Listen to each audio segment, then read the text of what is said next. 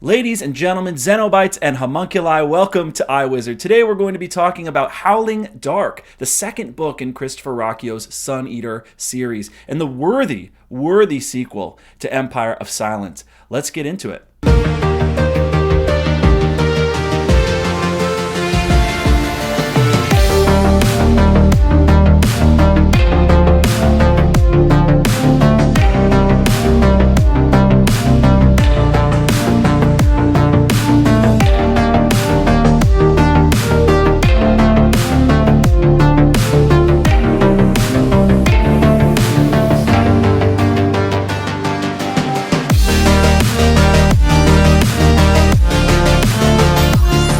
All right, Jordan here. So before we get into what this book is about, let's establish a bit of context. Howling Dark was published in 2019. As I said, it's the second book in Christopher Ruocchio's Sun Eater series, the sequel to his debut novel, Empire of Silence. Christopher Ruocchio says of this series that, quote, Hadrian's journey is like Anakin Skywalker's, if only his becoming Darth Vader had been the right thing for him to do.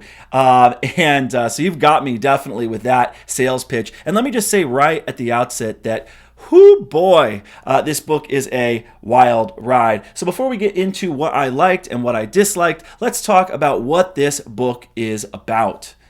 It's been 48 years since Imesh. Hadrian, who's been alive for 12 of those years, is aboard the Pharaoh, a ship he and his crew stole while on Pharos. They are now a fake mercenary outfit, going undercover as the Maidwa Red Company as they attempt to burrow into extrasolarian territory and accomplish their imperial objectives. They had been hired to run weapons to freedom fighters trying to overthrow the planetary dictator Marius Went. Now under the command of Captain Bisander Lin, Hadrian and the rest of the crew, including Jinan Ashar, Valka, Switch, and other characters from Book 1, are hunting for the hidden, sunless, black market planet Vorgosos with its enigmatic and ageless leader, Karn Sagara, its giant space elevator, and its massive underground city, where Hadrian believes they might find a way to contact the Cielcen alien clans and hopefully negotiate a peace between the Imperium and its longtime alien foes. Undercover and in dangerous territory, with few leads and even fewer allies he can trust, Hadrian and his people journey deep into the bowels of the enemy in the hope that they might be able to manage the impossible, to meet with the bloodthirsty Cielcen and convince them to cease their man-eating ways. But the crew begins to have their doubts, growing weary and wary of Hadrian's mission. In Howling Dark, Hadrian meets with new loves, new dangers, new friends, and new foes. In the continuation of this epic space opera adventure, we learn more about Cielcen culture.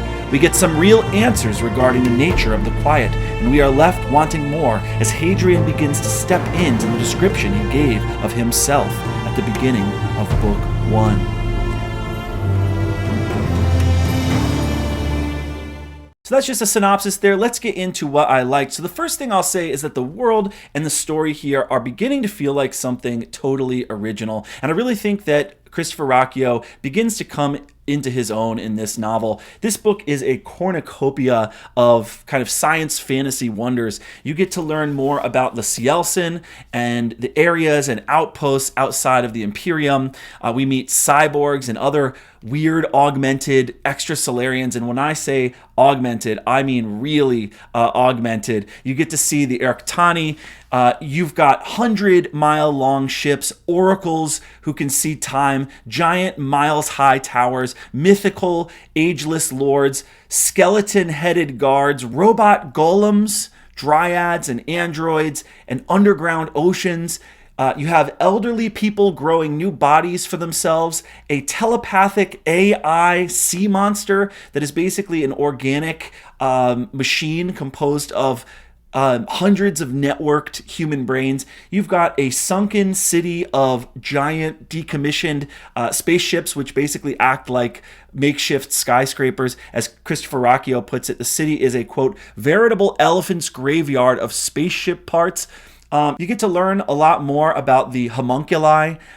They are these creatures that kind of look like humans, but they're not humans, and they're genetically augmented with gene complexes that are imported from other species. Ilex, which is a homunculi on the Red Company crew, is part tree, and so they call her a dryad. So just lots of kind of science fantasy marvels here in this book. When Ilex blushes, her bark-like hide turns black instead of red, right? So you've just got all sorts of stuff that really takes us beyond where the first novel goes. You've got sex scenes in this second book, sex scenes even featuring Hadrian. You've got Hadrian making out with people that he probably shouldn't be making out with. And philosophically speaking, there are some really fascinating debates in this novel too that are carried over from Empire of Silence. And I would say that it's becoming a major theme throughout this series. Just this question of what is a human being?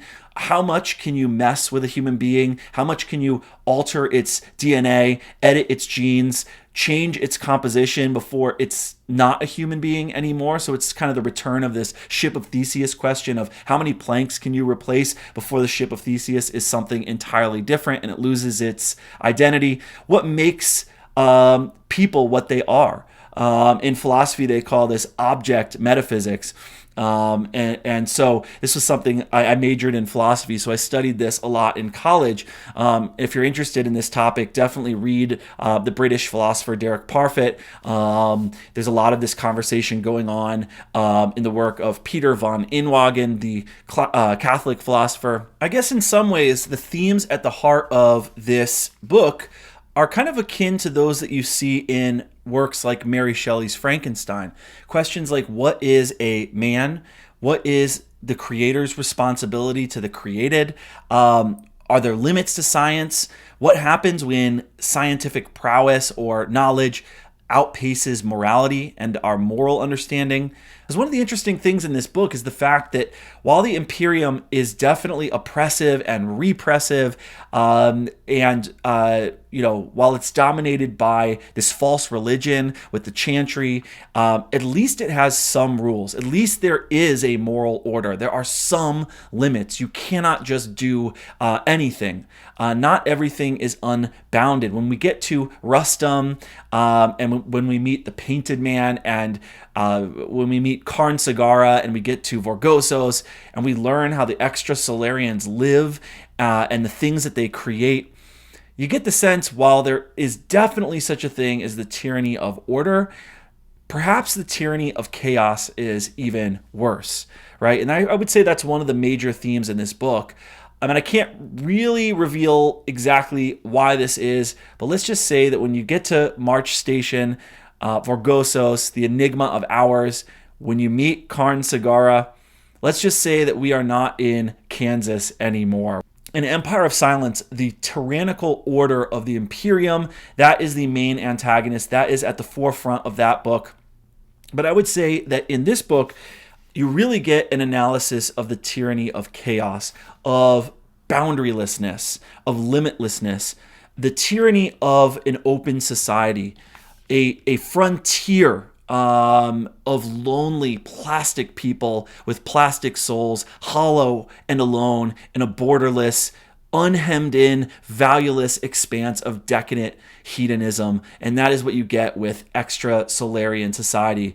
I also like the fact that the bad guys in this story are like geriatric, eugenicist, nihilistic, technocratic elites that have altered themselves so much that they're not even human anymore. And I feel like that is probably a really timely and relevant topic to explore. It's all, again, this tyranny of chaos is worse in some ways than the Imperium, which at least forms its people, molds them, shapes them, binds them. At least in the Imperium, there is a shared mythos. There's a cohesion and a solidarity that the extrasolarians lack. And I would say if one sort of classic literature quote embodies sort of the themes of this book, I would say it's that Ivan Karamazov quote from Dostoevsky there, that in a world with no God, everything is possible, and that maybe that's not such a good thing. Speaking of God and Dostoevsky and philosophy, one thing that is crystal clear in Howling Dark is the influence of Jordan Peterson. Yes, you heard me right, Jordan Peterson. And if you've been paying attention at all for the past 4 or 5 years, not only will you know who Jordan Peterson is, but you'll know how influential he's been to novelists and artists. I'm thinking of folks like Greg Hurwitz, New York Times best-selling thriller writer, even musicians like the banjo player from Mumford & Sons, I forget his name. Anyhow, there's definitely a real 12 Rules for Life vibe going on in this book, Howling Dark. I really like and appreciate Jordan Peterson, and so I was really happy to see such a brave and unapologetic nod to his philosophy in a sci-fi novel. And I would say it's in nearly every chapter. For example, Hadrian talks about the fact that to fight monsters, we have to become monsters, sort of that Jungian shadow self idea. There are discussions about hierarchies of competence versus hierarchies of tyrannical power, and how hierarchies of competence are the more valid kind of hierarchy. At one point, Hadrian says that when men contend, it's always with the underlying threat of violence, which is a quote that is like straight out of Jordan Peterson's YouTube videos and lectures. Another one is when Hadrian hears his father's voice in his head saying, "Stand up straight with your shoulders back," which I believe is one of the 12 rules for life. Hold on. Stand up straight. Yeah, it's actually rule number 1. Stand up straight with your shoulders back. Hadrian hears that voice in his head. There's even a passage about the lobster. Hadrian says, there were parts of me that were alien to my waking mind, ancient parts we humans hold in common with the ape and the whale and the lobster, which are older than our words, than all words. I knew them not, and so cannot speculate as to the depth of my motivations or their source. And so that, if you know anything about Jordan Peterson, you'll know the controversy over the lobster and sort of Jordan Peterson's point about that. There's a whole debate in chapter 46 of Howling Dark, using Jordan Peterson's sort of talking points on Valka. And I mean, sheesh, there's even, and I actually confirmed this with Christopher Ruocchio himself, there's even a Jordan Peterson statue at one point in the novel. So definitely a big influence on this story. And to be honest, it doesn't bother me because I like Jordan, and also I like philosophical fiction, and I like novels that explore big ideas.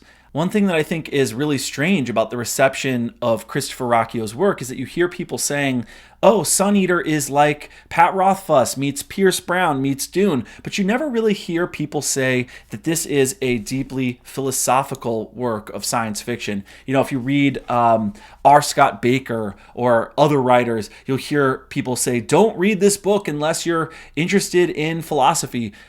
I'm here to tell you that this is just as philosophical as the work of someone like R. Scott Baker, and I love it. I really like fiction that isn't afraid to grapple with big philosophical themes. Speaking of, I also like how Tor Gibson is constantly in Hadrian's head in this book, almost like a conscience, and how Hadrian often thinks in Gibson's voice. He's a Miyagi-like sensei in Hadrian's head, which kind of allows the author to explore ideas and think out loud. Hadrian is always reflecting on what Tor Gibson would do, and you get these little nuggets of wisdom from Gibson, even though he's not there, strictly speaking. Well, strictly speaking, I won't give away any spoilers there. And I guess going along with that, you just get a more grown-up, more thoughtful, less idealistic, more based Hadrian in this book. Seriously, like, Hadrian is still melodramatic. He's still kind of trying to be this person who walks this fine line of knowing that the Cielsen are murderous, man-eating aliens, while also trying to understand them. But I would say overall in this book, Hadrian is much more red-pilled, if you know what I mean. I'll give you a few examples. In Empire of Silence, Hadrian seems to have this notion that the Cielsen are just like us. They're so misunderstood. If only we could talk to them and interface with them and understand them. And in some ways, if you think about it, we're just as bad as them when it comes down to it. And by the time you get to Howling Dark, you get quotes like this. And this is Hadrian kind of growing up. Hadrian, this is based Hadrian. It is strange, is it not, that there are always people such as I, men who believe the stranger is always more trustworthy than their neighbor. When we were young, we looked to the stars with hope, praying that what gods or kings there were in the unpastured dark were greater than man, and so moral and righteous beyond imagination. We imagined they might descend from heaven and bless us with their gifts, and that it was only human nature that corrupted, for evil required the black hearts of men to create it. In my flagellatory arrogance, I could not conceive of evils other than our own, darker and stranger, nor could we conceive that what was evil to us was natural to others, incidental. But Satan sprang not from Adam, and it was the blood of Kingu that Marduk made the first men, and not the other way around. Evil is older than we, and that's definitely a Jordan Peterson idea there. Evil is older than we, other than we, or is greater than, extending back and forward across all conscious time. Reader, there are other devils than man. And you get to see this throughout the novel. Hadrian even confronts his former youthful naivete about the Cielsen. Speaking about his old beliefs, he says, I, quote, ignored our differences out of necessity and the necessary idealism of youth. I needed to ignore them. And so imagine that it was humanity I saw in the inhuman lines of this Cielsen's face. Again, in Empire of Silence, you get a sense that Hadrian is subject to what Thomas Sowell calls the unconstrained vision, this idea that I know what's right, I understand my emotions, I can process my emotions, I know who I am, and I can remold and make the world in my image. In Empire of Silence, you get this immature Hadrian who, if given the chance, would definitely tear down Chesterton's fence without asking any questions, right? Why is this fence here? Let's just uproot it. But then you meet a slightly different Hadrian in Howling Dark. There were parts of me, Hadrian says, that were alien to my waking mind, ancient parts we humans hold in common with the ape and the whale and the lobster, which are older than our words, than all words. I knew them not, and so cannot speculate as to the depth of my motivations or their source. Here's another one from this book. There are two sorts of men. One hears an order from his better and obeys. The other sees order in himself and obeys that. All men obey something, even if it's only themselves. And this, of course, reminds one of that famous Nietzsche quote, "He who cannot obey himself will be commanded."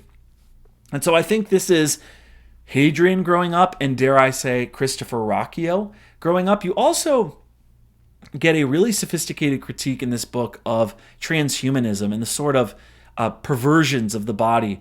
A critique of this idea that we're infinitely malleable and that because our selves are just these floating Cartesian minds, we can augment the body however we want, as much as we want, and there will be no consequences.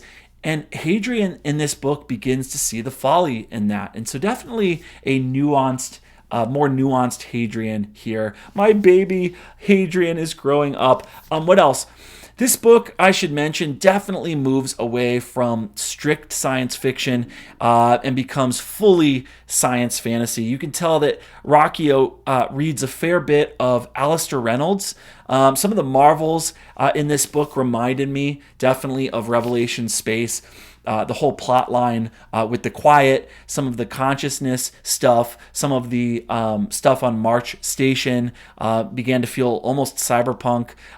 There's stuff that reminds me of House of Suns, and even in a limited way, even Terminal World, especially with that tower on Vorgosos. I would also say, just in the way that there's a little bit less hand-holding in this book, Ruocchio kind of trusts you to understand what's going on. I would say overall there is a real substantive and aesthetic shift in this book. Book one really did feel like Dune meets Game of Thrones meets Gladiator, whereas book two, Howling Dark, really does feel like kind of like if you combine Revelation space with Battlestar Galactica with The Expanse, right? There's that noir element that you see in Alistair Reynolds in The Expanse. There's that sort of fleet sci-fi aesthetic that you get in something like Battlestar Galactica. You have the sort of cyber gothic aesthetic, moving away from the more sort of Pierce Brown, Roman sort of thing, and more of a space explorers kind of thing going on here. And again, there's just so much fascinating speculative fiction stuff going on here. There were times, for example, in the sort of underground House of Karn Sagara, underground lair menagerie portion of this that really felt like there was some Twilight Zone stuff happening. And I found myself overall, just throughout this experience, wanting to learn more about the Foundation War and the Mercanii and the Quiet and just other elements of this world. Also, this book features what I would consider to be one of the creepiest sex scenes ever in any book I've ever read. I can't actually tell you why that is. And Christopher is quick to tell me that the important thing is that it's not actually technically a sex scene. Still, it's really weird, and I will never be the same. And when you read this book, you'll know exactly what I mean. Boy, the imagination. It's not an indictment, Christopher. I'm just saying, to even be able to come up with something like that, just what an imagination this guy has. Okay, let's go over some of the themes in this book. The first one is, if good men don't take power, the bad men will. The bad men will fill that vacuum. Another one is, I mentioned this one before, but the idea that the tyranny of chaos is worse in a lot of cases than the tyranny of order. You also have the notion in this book that hierarchy, subjugation, and evil are actually deeper than our own human nature. We like to think that everything revolves around us, but hierarchy, tyranny, all of these things run much deeper. And again, that Jordan Peterson theme, the idea that stories are real. They're not just stories. They're meta stories that express important human truths. There's something deeper about the stories that we tell that are derived from our shared humanity, and that they can help us understand our lives, and that they're indispensable and archetypal. You have the constant questions about free will, as one of the demons at one point puts it. I'm forgetting if it's Karn Sagara or the Painted Man or whatever. You are a, quote, lever pulled by your genes, nothing more. We are AI, yes, but we are no more artificial than yourself. We think and therefore are. Right? So AI claiming that what's the most real about you is the fact that you're conscious. And to go along with that, just the question of what makes you you. I forget who delivers this line again, but at one point, one of the extras says, "Are you Hadrian Marlowe? When we cut into your flesh and stretch out your sinew, where will you find your soul? Which atoms of you are you, child? Or do you emerge ghost-like from the machine of nerve and tissue, as we emerged from silicon and copper wire in an age unremembered, unrecorded, lost to time?" And I would say one of the fundamental, enduring questions of this series is this: how do you make peace with an alien being who doesn't have any such concept or abstract notion of peace, right? That's not a part of their culture. The Cielsen word for peace is submission, right? So they see peace as failure, as losing. How do you make peace with alien beings who reject the notion of trade? Trade, right, historically is the only way to achieve peace, right? The Cielsen see all reciprocal interactions as being a kind of zero-sum game. How do you communicate with an alien species that doesn't understand any peacemaking word or concept? Concepts like neutrality, reciprocity, mutually beneficial, co-equal. They don't understand any of those words, and they don't have those words in their culture because the Cielsen are apex predators. They only understand the language of power. And so, all right, so let's stop there with all of the gushing and all of the praise and everything that I liked, and let's get into a few of the things that I didn't like. Gosh, in this book, there really isn't much. I would say there's only a couple of things, and they're really minor. The story definitely meanders a little bit about 2/3 of the way through after Vorgosos, when everyone's trying to figure out what to do. I would say the story really kind of meanders there and lacks a little bit of direction. It's not so bad. And if you're used to kind of slogging through books, it really won't feel like it's anything to write home about. And I'll say too that I guess at the end, for the last 100 pages or so, there's really a lot going on, maybe too much going on. You get the sense at times that there's really no limits, and I began to feel like that for the last 100 pages, 75 pages. It reminds me of that Robert Frost quote, "Poetry without form and structure is like playing tennis without a net." I'm probably butchering that quote. There were just times when not enough was being fully explained, and the marvels, I guess, were just too marvelous. And I began to wonder whether certain individuals were men or gods, demons or demigods. And there was that ending too, right? The ending was really cool, but I'm not exactly sure I really understood what was happening at the end of this book. Anyways, I guess you could say there was a little too much fantasy and not enough science in the science fantasy equation there. With someone like Alistair Reynolds, you at least get the sense that everything, even if it's marvelous and fantastical, is grounded in science. And there were times at which I was wondering whether Christopher Ruocchio was playing tennis without a net. But I want to say overall, this was an amazing, amazing book.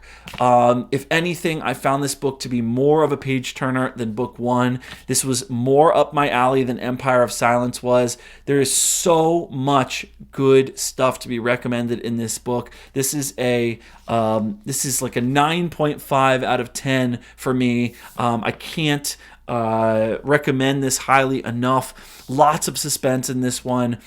Just some of the most inspiring, sort of mind-bending, thought-provoking elements in this book.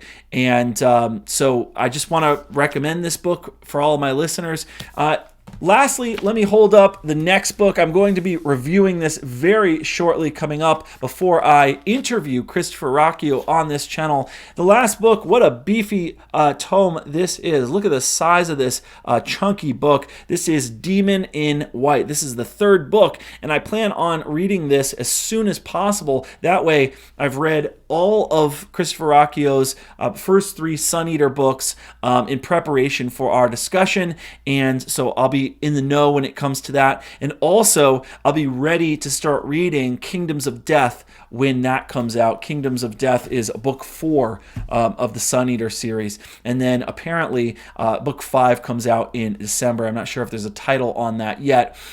Anyhow, that's going to be it for today. We are out of time. Please subscribe to this channel by hitting the subscribe button. Catch up with me on Facebook, Goodreads, Patreon, and that's going to be it. And sayonara. I will talk to you next time. We'll be reviewing Demon in White, never-ending story, Ayn Rand's Fountainhead. Lots to get excited about. I'll talk to you soon. Happy reading in the meantime.